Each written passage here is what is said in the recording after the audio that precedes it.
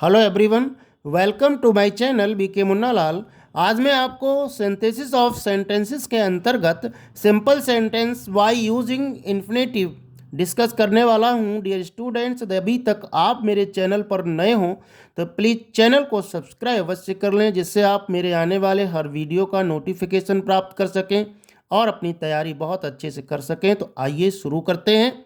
Simple sentence by using infinitive. Simple sentence means one subject and one finite verb. अब simple sentence बनाने के लिए हम infinitive का प्रयोग करेंगे, तो सबसे पहले हम इन्फिनेटिव को ही समझते हैं। Infinitive is the base form of the verb often followed by two. Infinitive क्रिया का मूल रूप है जिसके पहले टू लगा होता है। उदाहरण से हम समझें, to eat, to buy, to play, to jump, to write and so on. Infinitive का प्रयोग सिंपल सेंटेंस बनाने के लिए किस तरह करते हैं? इन्फिनेटिव का प्रयोग एक्टिव रूप में टू प्लस वर्ब की फर्स्ट फॉर्म के रूप में होता है और पैसिव में टू बी प्लस वर्ब की थर्ड फॉर्म के रूप में किया जाता है। जब दोनों वाक्यों के सब्जेक्ट समान हों, वाक्यों में कारण या उद्देश्य तथा परिणाम दिखाई दे, तब हम इन्फिनेटिव का प्रयोग करते हैं। सिंपल सेंटेंस का निर्माण इन्फिनेटिव का प्रयोग करके किस तरह करते हैं, आइए जानते हैं। कारण दर्शाने वाले वाक्य को या उद्देश्य प्रकट करने वाले वाक्य की क्रिया को इन्फिनेटिव में बदल देते हैं। दूसरा, परिणाम दर्शाने वाले वाक्य को पहले लिखकर इन्फिनेटिव से दूसरे वाक्य को जोड़कर सिंपल सेंटेंस बनाते हैं। अनावश्यक शब्दों को हटा देते हैं। अनावश्यक शब्दों का अर्थ है जिन शब्दों का औचित्य अर्थ के लिए नहीं रहता है, उनको हम हटा देते हैं। उदाहरण के लिए समझेंगे, he went to Agra, he wanted to see the Taj. Agra जाने का उसका उद्देश्य था टू सी द ताज। तो सिंपल सेंटेंस बनाएंगे, he went to Agra to see the Taj. Second example है, I received her letter, I was glad. I was glad to receive her letter. Third example है, I had no money, I could not give away. I had no money to give away.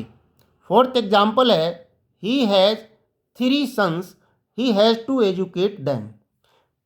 Simple है, he has 3 sons to educate them शब्द को हटा दिया जाएगा क्योंकि अर्थ में इसका अब कोई औचित्य नहीं रह गया। इन्फिनेटिव के साथ एडवर्ब टू का भी प्रयोग किया जाता है और सिंपल सेंटेंस बनाया जाता है। जब एक सिंपल सेंटेंस से कार्य ना होने का कारण बताया जाए तथा दूसरे से परिणाम बताया जाए, तो इन्हें टू प्लस एडजेक्टिव या एडवर्ब की सहायता से जोड़कर एक सिंपल सेंटेंस बनाया जाता है। प्रयोग नंबर 1 में हम देखेंगे, कार्य ना होने का कारण बताने वाले वाक्य में टू प्लस एडजेक्टिव लिखकर पहले लिखते हैं तथा परिणाम दर्शाने वाले वाक्य में सब्जेक्ट को हटाकर मेन वर्ब को इन्फिनेटिव में बदलकर एक सिंपल सेंटेंस बना देते हैं। उदाहरण के लिए, she is poor, she can not by a car. वह गरीब है, वह कार नहीं खरीद सकती।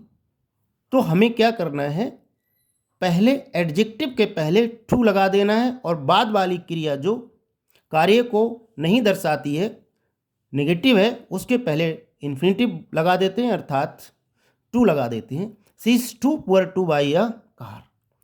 ही is weak in English, he can not pass. He is too weak in English to पास।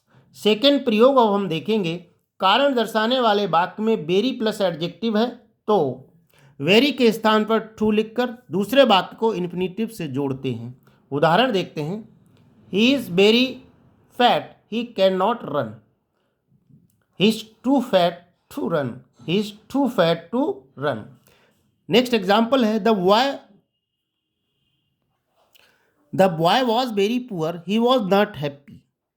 तो जो बाज शब्द आया है, इसके बाद बेरी लिखा है, इससे हम क्या करेंगे, बेरी को टू में बदल देंगे। The boy was too poor to be happy। ये वर्ब की फर्स्ट फॉर्म होती है इज एम आर की, जिसको हमने इन्फिनेटिव में बदला टू वी। सोच रहे हैं बी कहाँ से आया, चूंकि is am are was verb की फर्स्ट फॉर्म बी होती है, इसीलिए हमने इन्फिनेटिव में इसको लिखा है to be happy. Next example है सी इज़ वेरी टायर्ड, वो बहुत थकी हुई थी। She can't go out tonight, वह आज बाहर नहीं जा सकती। हमने क्या बनाया सिंपल, वेरी की जगह टू लिख देंगे। She is too tired to go out tonight. इसके तीसरे प्रयोग में हम देखेंगे यदि दोनों वाक्यों के सब्जेक्ट अलग हों तो to plus adjective plus for plus person और personal pronoun in objective case plus infinitive के सूत्र से सिंपल सेंटेंस बना देते हैं। जैसे the coffee is very hot I can't drink, दोनों के सब्जेक्ट अलग हैं। कैसे क्या करेंगे, हमको वेरी की जगह टू लगाएंगे और नेक्स्ट नेगेटिव वाक्य में क्या करेंगे, वर्ब से पहले टू लगा देंगे। The coffee is too hot for me to drink. अभी जो फॉर आया यहाँ पर फॉर प्लस पर्सन, ये नाम है तो नाम लिख देंगे, otherwise personal pronoun objective case में लिखेंगे। The coffee is too hot for me to drink. The question is very hard, Ritu can not solve it. The question is too hard for Ritu to solve. यहाँ पर हमने noun को लिखा है by using adverb enough. हम infinitive के साथ adverb enough का प्रयोग करके भी सिंपल सेंटेंस बना सकते हैं। कैसे, जब सिंपल सेंटेंस में कारण हो तथा दूसरे वाक्य में सकारात्मक परिणाम हो तो इन्हें एडजेक्टिव या एडवर्ब प्लस एनफ का प्रयोग करके इन्फिनेटिव से वाक्य को सिंपल बनाते हैं। जैसे कारण बताने वाले वाक्य को पहले लिखते हैं, एडजेक्टिव के पहले वेरी लगा हो तो उसे हटाकर एडजेक्टिव के बाद एनफ लगा देते हैं। परिणाम दर्शाने वाले वाक्य के सब्जेक्ट को हटाकर मुख्य क्रिया को इन्फिनेटिव में बदलकर सिंपल सेंटेंस बना देते हैं। अर्थात एक वाक्य में किसी गुण का या कार्य का महत्व दिया गया हो, दूसरे में उसका सकारात्मक परिणाम हो तो हमें एडजेक्टिव के बाद एनफ लगा करके परिणाम दर्शाने वाली क्रिया को इन्फिनेटिव में बदलकर सिंपल सेंटेंस बना देना होता है। जैसे she is very rich, she can buy a car, वह बहुत मालदार है, वह कार खरीद सकती है। तो हमें इस एडजेक्टिव के बाद एनफ का प्रयोग कर देना है। She is rich enough to buy a car. He is very intelligent, he can solve this question. He is intelligent enough to solve this question. Second रूप इसका ये भी हो सकता है, ही इज़ वेरी हेल्पलेस, वो बहुत असहाय है। He will accept any help, वो कोई भी सहायता स्वीकार कर लेगा। तो इसको क्या करेंगे, बाद वाले सेंटेंस को हम निगेटिव स्वरूप में रख देंगे।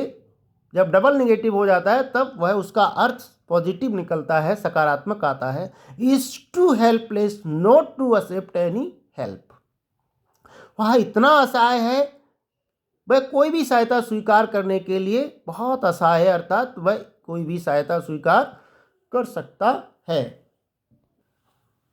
जब परिणाम दर्शाने वाला वाक्य पैसिव वॉइस में हो उसमें इन्फिनेटिव का passive form to be plus verb की थर्ड फॉर्म का प्रयोग करके सिंपल सेंटेंस बना देते हैं। जैसे the paper is very hard, it can not be solved. ये पैसिव सेंस है तो इसे हम to be plus third form से बना देंगे। The paper is too hard to be solved. Second example है gold is very costly, it can not be purchased. Gold is to costly to be purchased. आशा है dear students ये video आपको पसंद आया होगा। पसंद आया हो तो इसे लाइक करिए, शेयर कीजिएगा। वीडियो को रूलिंग के साथ बहुत बारीकी से दिया गया है, आप बहुत बारीकी से इसको समझिएगा। और वीडियो के अंत में डिस्क्रिप्शन बॉक्स में मैं अन्य सिंथेसिस के टॉपिक्स के लिंक दे दूंगा, वहां जाकर आप उनको अच्छे से तैयार कर सकते हैं। Thanks for watching. बने रहिए बेहतर तैयारी के साथ आपके अपने चैनल बीके मुन्ना लाल में।